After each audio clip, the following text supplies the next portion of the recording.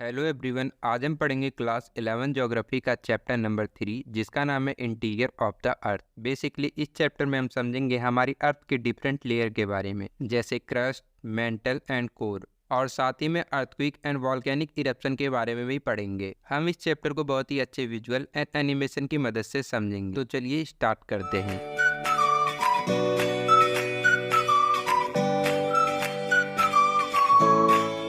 जैसा कि हम सभी जानते हैं कि हमारी अर्थ एक डायनामिक प्लेनेट है और इसमें लगातार चेंजेस होते रहते हैं। ये सभी चेंजेस होते हैं दो प्रोसेस की वजह से, जिसमें पहला है एंडोजेनिक एंड दूसरा है एक्सोजेनिक। चलिए अब इन दोनों प्रोसेस को हम डिटेल में समझते हैं। तो बात करते हैं एक्सोजेनिक प्रोसेस के बारे में। वो सभी चेंजेस जो हमारे अर्थ के आउटर साइड में होते हैं उसे एक्सोजेनिक प्रोसेस कहते हैं, जैसे कि weather changing, erosion and deposition. And अब हम समझते हैं एंडोजेनिक प्रोसेस के बारे में। वे सभी चेंजेस जो हमारे अर्थ के इंटीरियर प्रोसेस की वजह से होते हैं वो एंडोजेनिक प्रोसेस में आते हैं, जैसे earthquake, volcanic eruption and tsunami. यहाँ तक हमने समझा कि हमारे अर्थ में किन एक्टिविटीज के कारण चेंजेस आते हैं। एंड अब हम समझेंगे वो कौन से ऐसे सोर्सेज है जो हमारे अर्थ के इंटीरियर के बारे में हमें इंफॉर्मेशन देते हैं। जैसा कि हम सभी जानते हैं कि हमारी अर्थ की जो रेडियस है वो 6370 किलोमीटर है, और किसी व्यक्ति का अर्थ के इतने अंदर जाकर अर्थ के इंटीरियर के बारे में इंफॉर्मेशन कलेक्ट करना पॉसिबल नहीं है। तो हमारे पास दो मेजर सोर्सेज है जो हमारे अर्थ के इंटीरियर के बारे में हमें इंफॉर्मेशन प्रोवाइड करते हैं कि हमारे अर्थ के इंटीरियर में क्या कुछ है।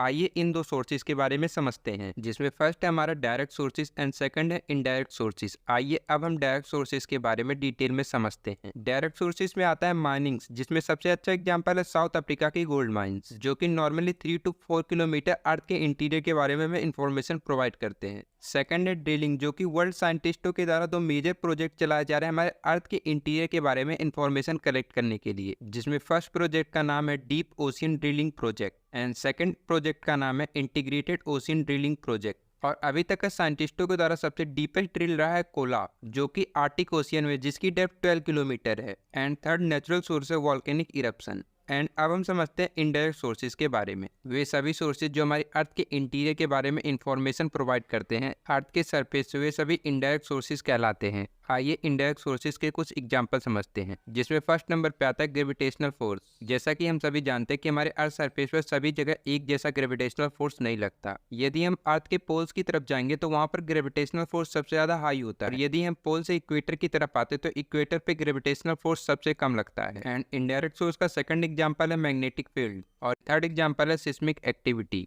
एंड यहाँ पर हमारा डायरेक्ट एंड इनडायरेक्ट सोर्स वाला टॉपिक हो जाता है कंप्लीट। अब हम नेक्स्ट टॉपिक के बारे में समझते हैं, जो है अर्थक्वेक। ऑलमोस्ट सभी लोग जानते हैं अर्थक्वेक क्या होता है। जब हमारी अर्थ शेक होती है तब इसे हम अर्थक्वेक कहते हैं। लेकिन हमारी अर्थ शेक क्यों होती है, आइए इसके बारे में जानते हैं। जैसा कि हम सभी जानते हैं कि हमारी अर्थ पे कुछ मेजर और कुछ माइनर प्लेटें हैं, और इन प्लेटों के बीच में मूवमेंट होती रहती है। और इन्हीं प्लेटों के बीच में, जहाँ पर एक प्लेट से दूसरे प्लेट के बीच का ज्वाइनिंग पॉइंट होता है, उस जगह पे ये थोड़ी सी वीक हो जाती हैं, और उसी वीक पॉइंट को हम कहते हैं फॉल्ट, जहाँ से एनर्जी रिलीज होती है, जिसकी वजह से हमारे अर्थ सरफेस पे भूकंप आते हैं। और ये एनर्जी जिस पॉइंट से रिलीज होती है उसे हम कहते हैं फोकस या हाइपोसेंटर, और ये दोनों पॉइंट हमारे अर्थ के इंटीरियर में होते हैं। और इसी फोकस पॉइंट के ऊपर हमारे अर्थ सरफेस पे इसे कहते हैं epic centre. Epic centre earth surface पर ऐसी जगह होती है जो कि फोकस पॉइंट के बाद सबसे पहले अर्थक्वेक वेव को महसूस करती है। एंड अब हम नेक्स्ट टॉपिक समझते हैं अर्थक्वेक वेव्स के बारे में। जैसा कि हम सभी जानते हैं कि हमारी अर्थ की डिफरेंट लेयर हैं, और अर्थक्वेक इन्हीं लेयरों में से एक लेयर लिथोस्फीयर में आता है, जिसकी डेप्थ है अर्थ सरफेस से 200 किलोमीटर। और इन्हीं अर्थक्वेक वेव्स का पता लगाने के लिए हमारे अर्थ सरफेस पे एक इंस्ट्रूमेंट लगाया जाता है जिसे हम कहते हैं सिस्मोग्राफ। और इसी सिस्मोग्राफ इंस्ट्रूमेंट के अंदर सेट होता है रिश्टर स्केल, जो कि अर्थक्वेक वेव्स के मैग्नीट्यूड को बताता है। एंड अब हम समझते हैं अर्थक्वेक वेव्स के टाइप के बारे में। बेसिकली अर्थक्वेक वेव्स के दो टाइप होते हैं, body wave and surface wave. Body wave हमारे अर्थ के इंटीरियर में फोकस पॉइंट के चारों डायरेक्शन में मूव करते हैं, और ये बॉडी वेव जैसे अर्थ सरफेस से इंटरेक्ट करते हैं तो इनका नाम हो जाता है सरफेस वेव। और ये सरफेस वेव डिफरेंट वेलोसिटी के साथ डिफरेंट मटेरियल में मूव करता है, और सरफेस वेव की वेलोसिटी सबसे ज्यादा हाईएस्ट डेंसर मटेरियल में होती है। अभी तक हमने समझा body wave and surface wave के बारे में। अब हम समझते हैं बॉडी वेव के टू टाइप्स के बारे में। इसका फर्स्ट टाइप है primary wave and second type है secondary wave. Primary wave earth surface पे जल्दी आ जाते हैं, और ये बिल्कुल सिमिलर होते हैं हमारे साउंड वेव की तरह। और ये गैसियस, लिक्विड एंड सॉलिड तीनों मटेरियल में ट्रेवल करते हैं। वहीं यस वेव, जिसे हम सेकेंडरी वेव्स कहते हैं, वे प्राइमरी वेव्स के कंपेयर में अर्थ सरफेस पे थोड़ा सा लेट पहुंचते हैं और ये वेव केवल सॉलिड मटेरियल में ट्रेवल करते हैं, जो कि पी वेव के कंपेयर में हाईली डिस्ट्रक्टिव होते हैं, जो कि अर्थ सरफेस पर जमकर तबाही मचाते हैं। नाउ यहाँ पर हमारा अर्थक्वेक वेव का टॉपिक हो जाता है कंप्लीट। अब हम नेक्स्ट टॉपिक समझते हैं इमर्जेंस ऑफ शैडो जोन। जैसा कि अभी हमने पढ़ा, अर्थक्वेक वेव्स को मापने के लिए अर्थ सरफेस पे सिस्मोग्राफ का इस्तेमाल किया जाता है और ऐसे एरिया जहाँ पर ये अर्थक्वेक वेव्स रिकॉर्ड नहीं होते उसे हम कहते हैं शैडो जोन। एंड अब हम समझते हैं next topic, types of earthquakes, जिसमें फर्स्ट टाइप है टेक्टोनिक अर्थक्वेक, जो कि प्लेटों के मूवमेंट होने के कारण आता है। सेकंड टाइप है वॉल्केनिक अर्थक्वेक, जो कि वॉल्केनो के ब्लास्ट होने के कारण आता है। एंड थर्ड टाइप है माइनिंग अर्थक्वेक या कोलैप्स अर्थक्वेक, जो कि बहुत ज़्यादा अंडरग्राउंड माइनिंग की वजह से आता है। एंड फोर्थ टाइप है एक्सप्लोजन अर्थक्वेक। ये अर्थक्वेक जनरली केमिकल और न्यूक्लियर एक्सप्लोजन से देखने को मिलते हैं।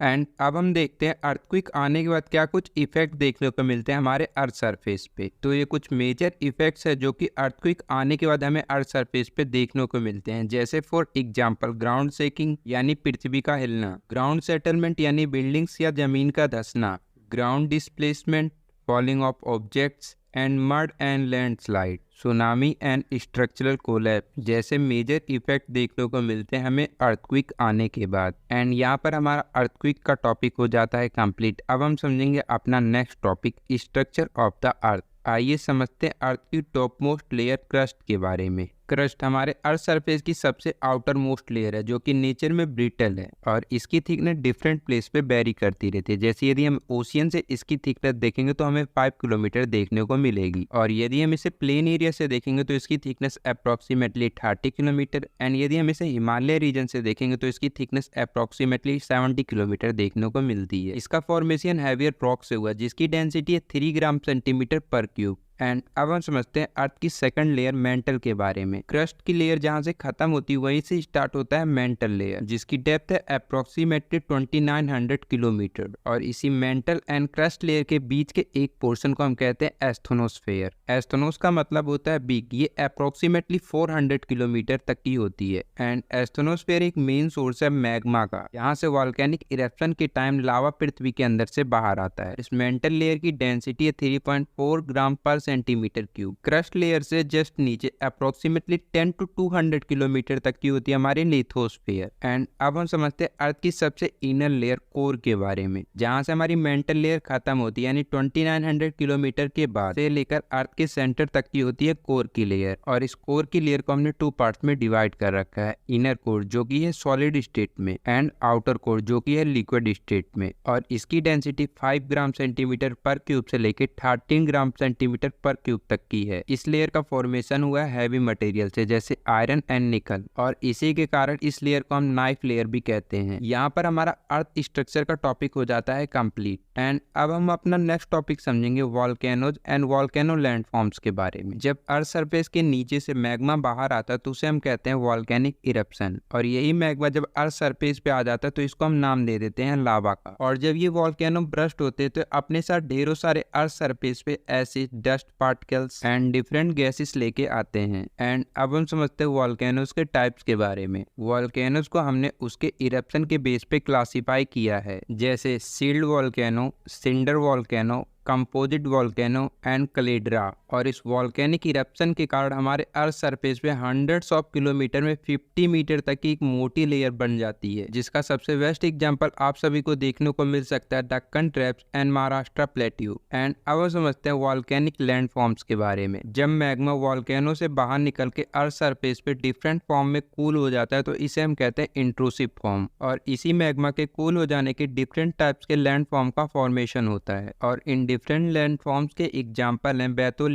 लेकोलिथ्स, लेपोलिथ्स एंड सिल्स। एंड अब हम इस चैप्टर का लास्ट टॉपिक समझते हैं ड्यूक्स। जब मैग्मा किसी क्रैक के थ्रू निकलता है और उसी स्टेट में वहां पर सॉलिड हो जाता है और अर्थ सरफेस के परपेंडिकुलर हो जाता है तो उसे हम ड्यूक्स कहते हैं। तो यहाँ पर हमारा ये चैप्टर हो जाता है कंप्लीट। आई होप दोस्तों ये वीडियो आप सभी को पसंद आएगा। यदि वीडियो पसंद आए तो आप वीडियो को लाइक कर सकते हैं और अपने दोस्तों के साथ शेयर कर सकते हैं। और चैप्टर की ऐसी एनिमेटेड वीडियो देखने के लिए आप हमारे चैनल को सब्सक्राइब कर सकते हैं। Take care, bye bye.